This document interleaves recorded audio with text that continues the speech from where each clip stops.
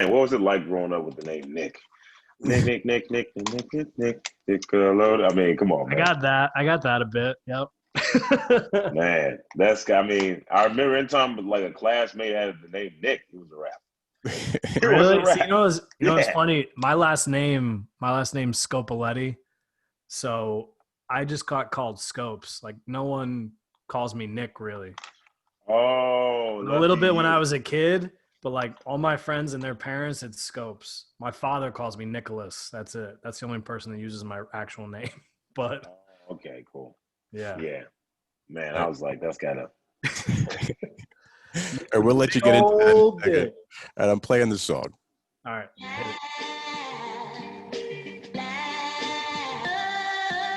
Uneducated, unfiltered, unhinged. This is the Mangina Dialogues. We at it again with your host Nick Scopes and the Gregolicious. You know how we do, cause you know we keeping it gangster and silly.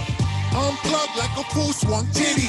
About get jitty, cause you know we down to the nitty and the gritty. And we make shit sound so damn pretty. Yeah, cause it's unhinged comedy. And right now you're in the mix. So get ready, cause we about to get it poppin'. And we ain't stopping. Uneducated, unfiltered, unhinged. This the Mangina Dialogues. We at it again. Hello and welcome to the Mangina Dialogues. I am your host, Nick Scopes. And I'm Greg. Wow. Oh, just Greg today, huh? Just today. So our guest today, we have him on here because he's got a special coming out. He's a very funny man, stand-up comedian. But I wanted to talk to him because Tyra Banks licked this man's face. Who made that intro? Who made that intro? You are one. Preacher Lawson, everybody, before I get to What's up, man? Hey, man. Tyra Banks did lick my face. She actually licked my face twice. Twice? But I didn't tell the second story. Yeah. She licked my face twice, man. It was great. The second I heard that, I was like, I know what I'm mentioning immediately. He hasn't stopped talking about it. Yeah, man. I was like, Nick, what'd you think about the special? And he was like, Tyra Banks licked his face. I was like, okay. Man, listen, she did lick my face. It was great. God bless you. She did. Man. They cut it out, but she knows what she did. We know. I know. We she know.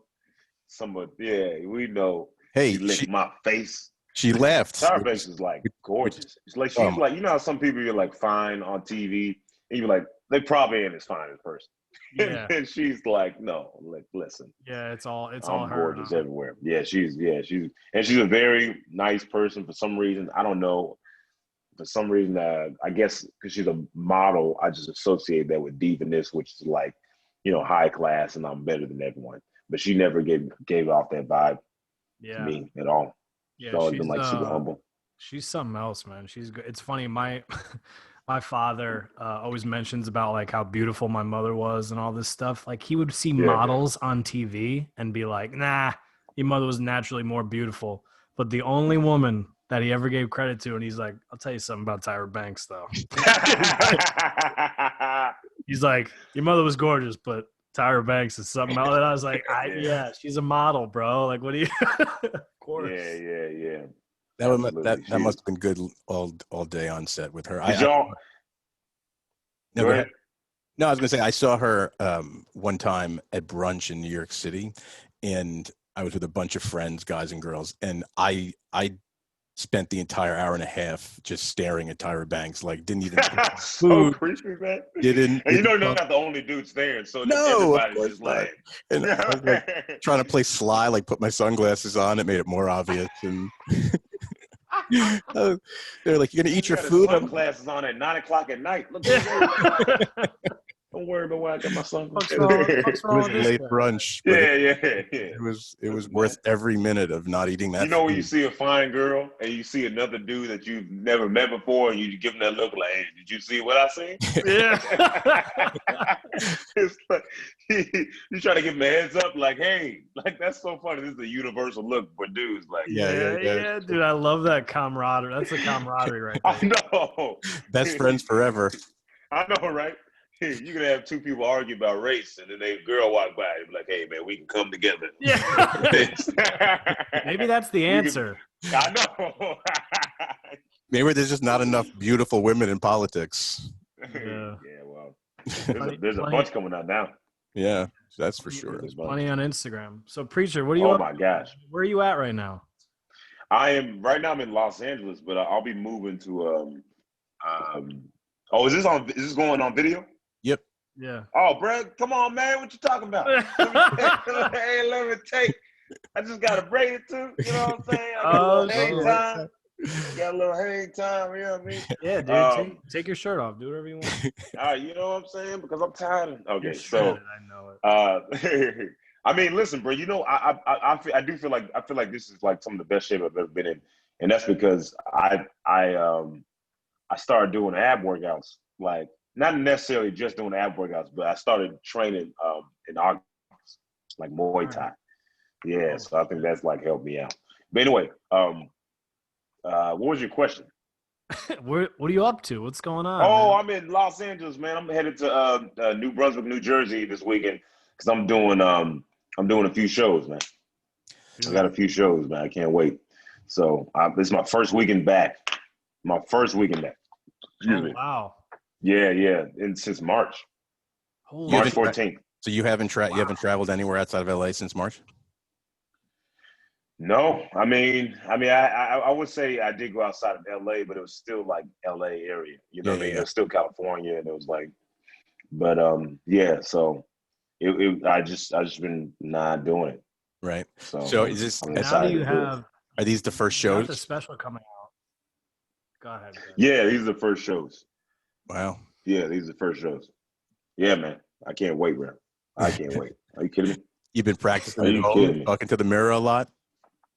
I don't talk to them, bro. I've been doing stand-up 11 years. I'm not talking to no mirror. I don't have a brush and just like go on pacing back and forth. I'm just gonna go up there. Let her rip. Let her rip. What material? What material are you gonna be doing? You gonna be doing stuff. I like how you got the ring light because it's like. No, I tried to fucking move it. Greg's an asshole. He made me put it right in front of where I'm like, dude, no, it's off to the side because you can see it in my glasses. Yeah, I can for sure see it. I can for sure see the ring light. That's the last time I listened to Greg. He's the devil. Yeah, don't listen to Greg, man. Greg's not the lighting crew. Now, the material you're going to be doing, are you going to be doing stuff that's in the special, or is this new stuff? What are you going to be doing? Because it comes out November 20th, correct? Right? Your special? Yeah, my special comes out November. I mean, my special's already out, to be honest. It's already out. It's on BET Plus, but now it's just dropping on more platforms. So I'm not going to be doing stuff from there. Okay. I maybe I'll pull one or two bits in an hour to 45 minutes span because I need to do an hour and 45, or 45 minutes. And there's a lot of people that haven't seen the special. Right. So, but also I want to be working on my next special. Right. I can't work on my next special if I'm doing the same jokes. So there's going to be a lot of experimenting, and there's going to be a lot of bombing. A lot of fun. Look, man, because a lot of times I'll think a joke is funny, and then I'll say the joke, and then it's like when you're dying laughing at a meme, and then you show someone that meme, and they're not laughing. I'm like, how are you not on the floor right now? And then you start explaining the meme. You're like, cause this, and I get it. It just wasn't that funny. How? How was that not funny? That's how I feel when a joke bombs. I'm like, how do you guys not think that's funny? I said the rabbit jumped over. I'm trying to explain in my head. I'm not saying it out loud. Right. Yeah, but yeah. So I mean, I gotta figure out what's universally funny. So I'm going on the road, and we're gonna see what happens. But I'm super excited, man, because I'm just ready to get on stage. So I mean, I've been performing at these drive-throughs, and people have these clappers where they're like clapping, and that's their way of laughing. Or people just yelling out their window, ha! That was their way of letting me know it's funny. And I'm like, this is so weird. You know what I mean? But I think it's like a step in a right direction, because in the beginning, everyone was like, I'm not leaving my living room. Right. Somebody from the kitchen, give me some food, Right. And then now we're just like, we're out, Yeah. We're moving. So when did you I mean, going to the grocery store is like the club now. You know, Yeah, it's right. like, hey, you trying to look clean? Like, I'm about to go get me some chips, give me some bread and milk. You know what I'm saying? Hopefully, I see some honeys in there also getting milk. You know, like putting your shirt on with a button? Yeah. It's like, I can't wait. You going to prom? No, well, I'm going to aisle 7. Yeah. No, So, what those Clorox is. I know, right? So I like legit. I'll go walk up in every single aisle to the point where I know where everything's at because I just don't want to be in the house anymore. Yeah, right. You know, Same. I hate being in the house. People are, yeah. So How it long is ago, what it is. How long ago did you tape the special in Chicago? I taped it. Over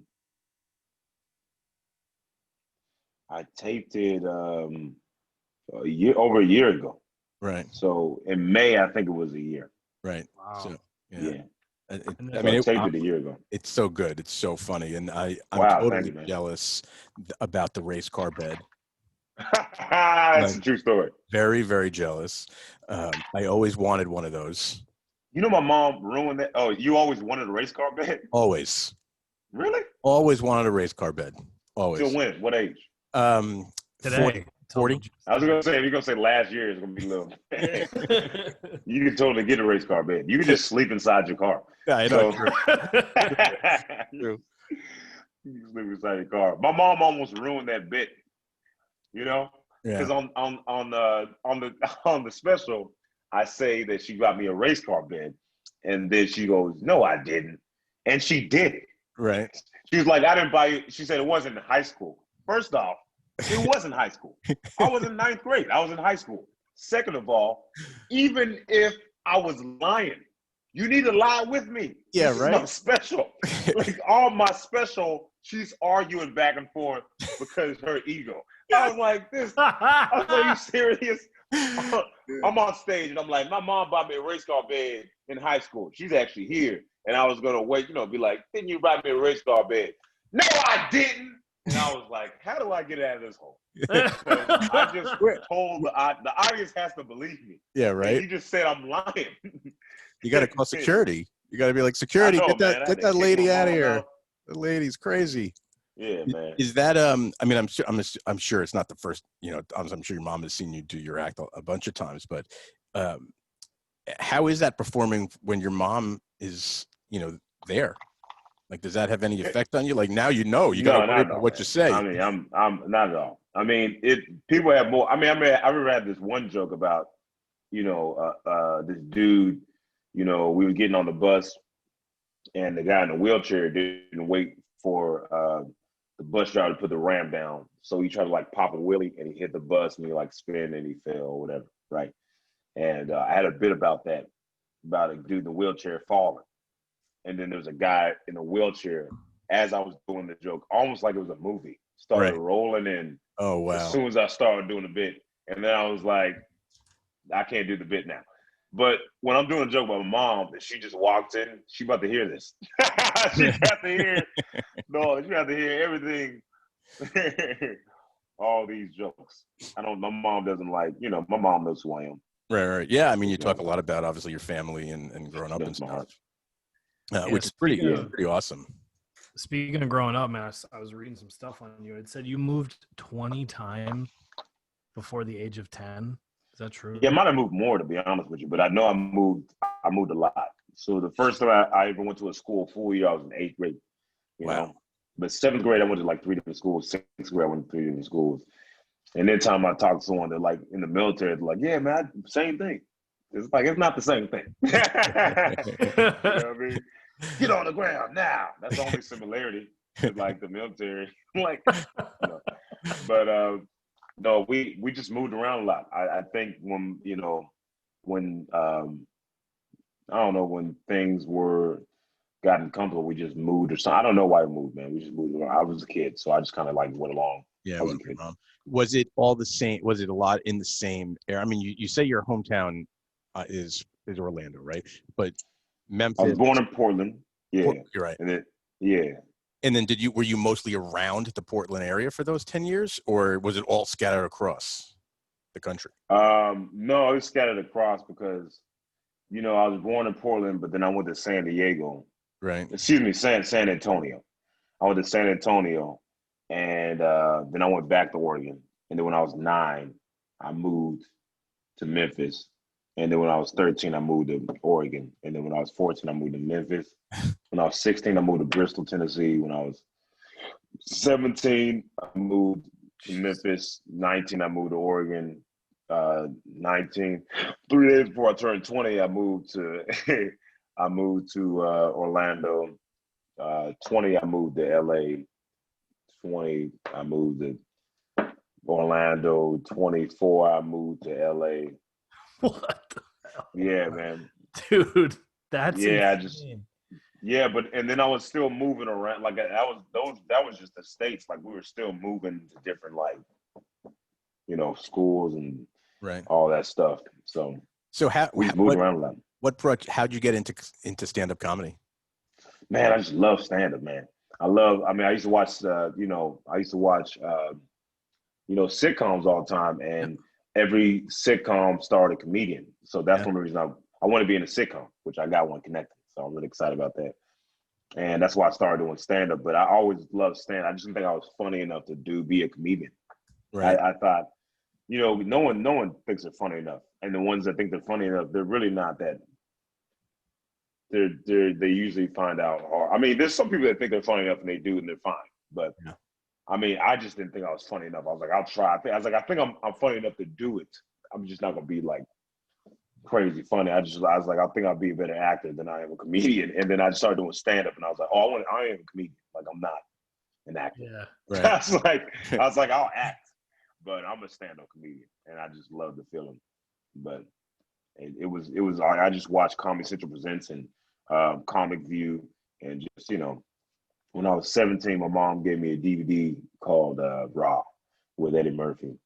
And when I was 17, I actually went on stage when I was 17. And I just, I wasn't in school or anything. I was trying to get into the University of Memphis. And I was like, I just used to watch that like every night. Right. It's pretty cool mom to give you Raw as a teenager. Well, it's 17. Yeah. It's funny. Yeah, I'm considerably older. And one of the first things I ever went to as like a live performance was Eddie Murphy in 1986 at Radio City Music Hall in New York City. And how was that? It was amazing. I went with 3 of my friends from high school, and it was right between Delirious and Raw. It was amazing. It was amazing. Wow. And then I followed that up going like a month later going to see Bill Cosby at Radio City Music Hall. Wow. Which you couldn't pick, 2 different ends of the spectrum in stand-up comedy, right? To see you guys live at the same, within a few months of each other. But, for me, it really was like Eddie Murphy that really excited me the most and got me turned on to stand up, through Saturday Night Live. And then, it just took me down the rabbit hole of, Richard Pryor and Rodney Dangerfield and Don Rickles. And then obviously everything that came out of, the new school, Sam Kinison, Andrew Dice Clay, and that whole thing, George Carlin, not new school, and it really just, he opened up my world to comedy. Yeah. He's great, man. My mom said she'd seen him when she was a kid. Yeah. And she said she almost threw up. Really? Yeah, it was totally. She said he was so funny she almost threw up. Like, she thought she was going to die. Have you ever been laughing that hard? You thought you were going to die? Yes. Oh, no. Yeah. Yeah. I laugh at Nick that hard almost every day.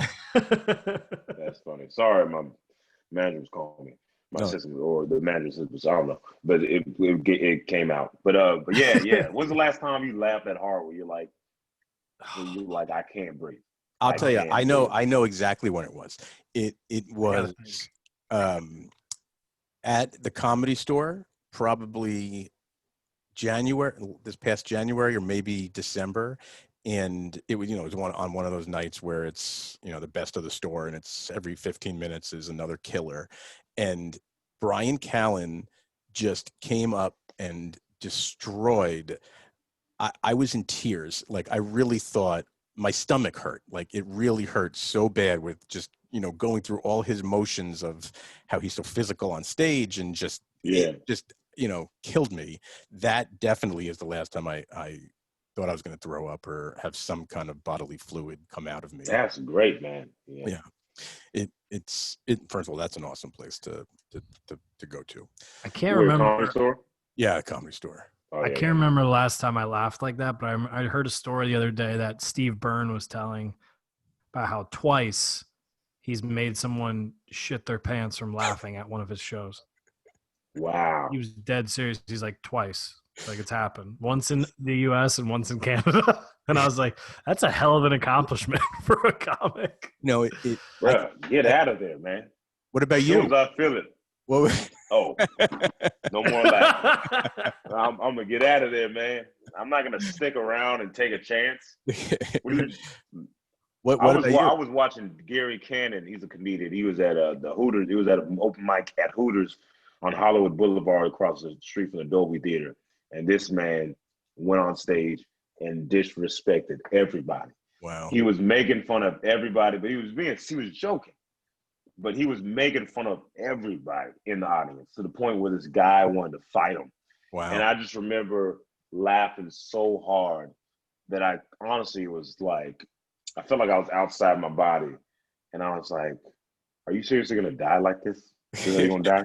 At Hooters? Like, my body's rocking back and forth. And I'm just inside like, get it together.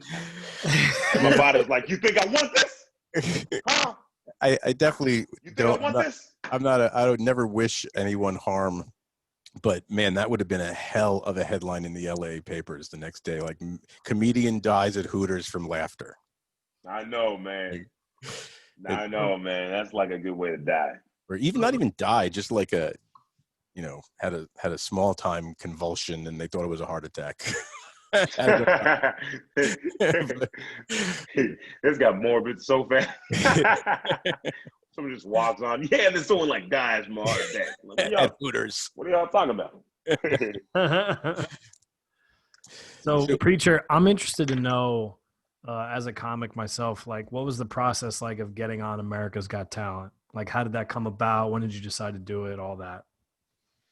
Man, that was my second time auditioning because I did it in 2013.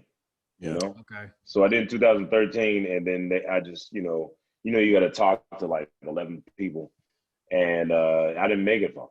And I'm so glad I didn't get on there because I happened to go on the best season, the highest rated season. It was the first time Tyra Banks was there. And right. It was the most viewed, and it was like the talent was insane. I mean, it's always insane, but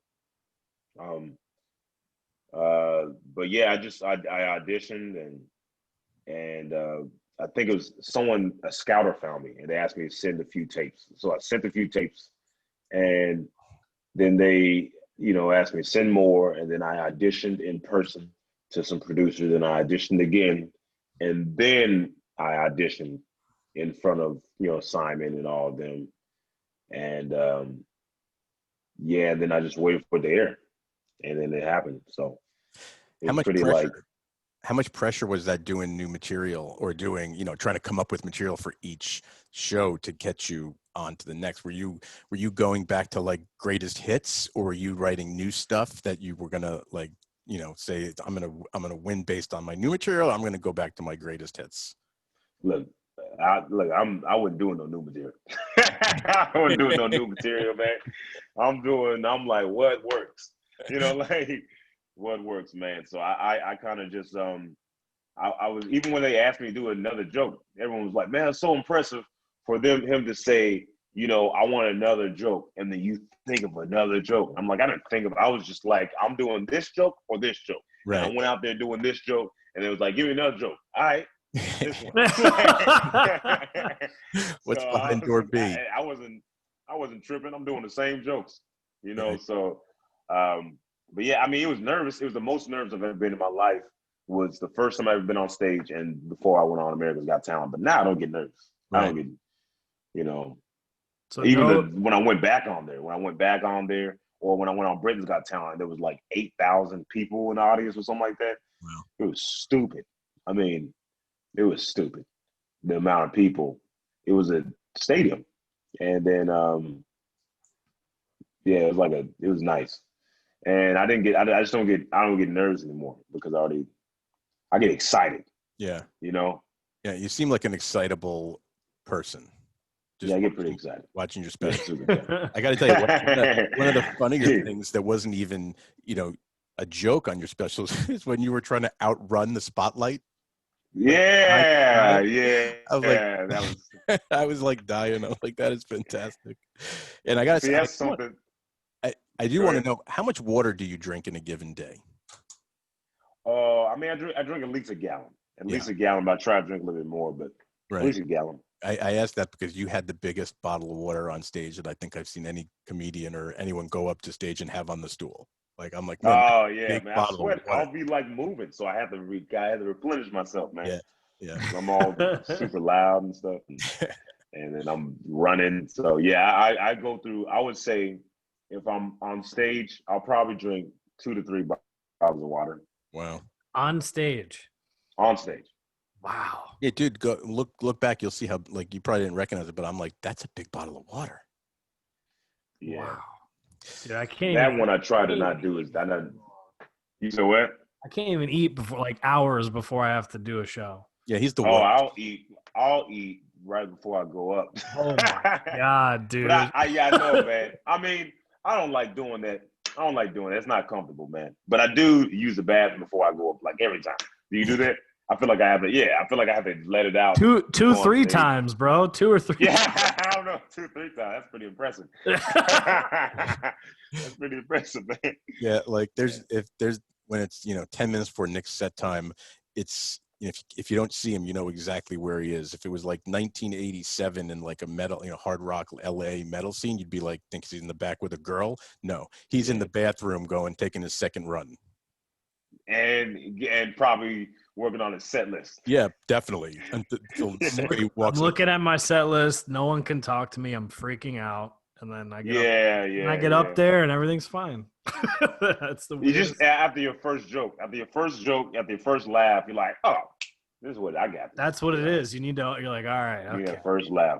Yeah, exactly. For sure. So true, man. So listen, I know you got to run because you got a lot of stuff you got to do to that you're promoting. But I will tell you, one of the best quotes I've seen from someone, inspirational quotes I saw on your website, which I think is really important for anyone, no matter what their path in life is, to sort of listen to, because it's so incredibly true, I think, where you say, don't follow your dreams, lead them. Because it's such a important bit of advice, I think. Like, what made you come up with that? Is that yours? And what did you do to follow that? Okay, that's absolutely not mine. But I don't know where I heard it, but when I heard it, I was like, oh, I love that, because a lot of people think that they you make things happen. Yeah. You make things happen. I mean, I honestly feel like I feel super lucky. I know I work for everything I got, but it does take, I feel like there is some luck involved. Yeah. But I just feel like everything I ever wanted, I've gotten. Everything I've ever wanted. Right. I've always gotten that thing. And even if I've lost it, or I've given it away, or I still, it's like into my aim for something, I can get it. So it's like I before I moved out to LA, I kind of gave up on trying to make it as a comedian. Right. And I remember talking to some guy, and then he convinced me. He convinced me to go out to LA and give it a go. And because I hadn't really tried. I hadn't really tried it because everyone, you're comfortable in your safe zone, because you can't, if you don't fail, there's nothing to make fun of you about, right? Because so I kind of just had this attitude, like, I don't feel like leaving Florida. I don't need to. It's 2000 whatever. I can be famous online, and I was just making excuses because I was scared. And then, I was like, I don't want to go my whole life thinking, what if I tried? Yep. Because we all know how hard we're working. You know what I mean? I know I wasn't trying that hard. Yep. So I was like, what if I tried really hard? What would happen? Yeah. And then I tried really hard, and then it happened. Yeah. So it's like, that's what and then when I seen don't lead your dream, don't follow your dreams, lead them. I just was like, oh, I love that. Yeah. So yeah. that was a lot of words. Yeah, no, it's great. You're so good, bro. your story is incredibly inspirational, to achieve, where you are now. And I'm sure there's much bigger things coming for you. Thank you, man. You're a phenomenal comedian. You're super talented. I love all your stuff. And I just saw that and I was like incredibly inspired to see that this, that was on your website, and it's, something you obviously stand behind. So obviously we just want to say thank you for taking. I appreciate your time, my man. Absolutely, man. And absolutely, I'll see you at like a show or something. Oh, you definitely will. You definitely Hope so. will. Hopefully, Vinny takes you out to Connecticut one of these days. Oh my God, yeah. How long are you out east? How long are you out east for? Or are you just coming in for those and then heading back? Yeah, I'm going in for those, and I'm going to Nashville. Nashville. Well, we'll catch you somewhere for sure. I'm in LA. Well, I used to be in LA every month until all this stuff. I think I'm leaving LA. Are you really? Yeah, man. Where Where? you gonna move? Somewhere with 0% tax. So or like 13.5 over here. Come on, man.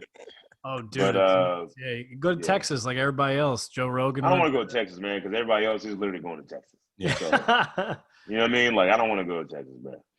You can go to New Hampshire. New Hampshire's like what? No, New Hampshire has no state income tax either. I don't believe. Oh, really? Yeah, I don't want to go there because the weather's trash. So I'm probably going to go to like Florida or something. There you go. Florida or I think Nashville is like that. Nashville, see what's like. Nashville, Phoenix is pretty low. Yeah, we'll see what happens. Well, keep us abreast of your moving. We'll find you somewhere, but we'll also make sure to find you on Instagram.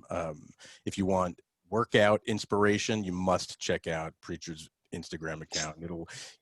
It'll make you jealous of not having those abs. Yeah. All kinds of amazing things. Fit all this in the. There's plenty of shirtless pics, whatever your fancy is. Can't wait. All right, man. Thanks a lot for the time. Really appreciate it. Absolutely. Thank you for having me. I appreciate y'all, man. And sure. Hope you have a good day. You too. Good luck. Later. All right.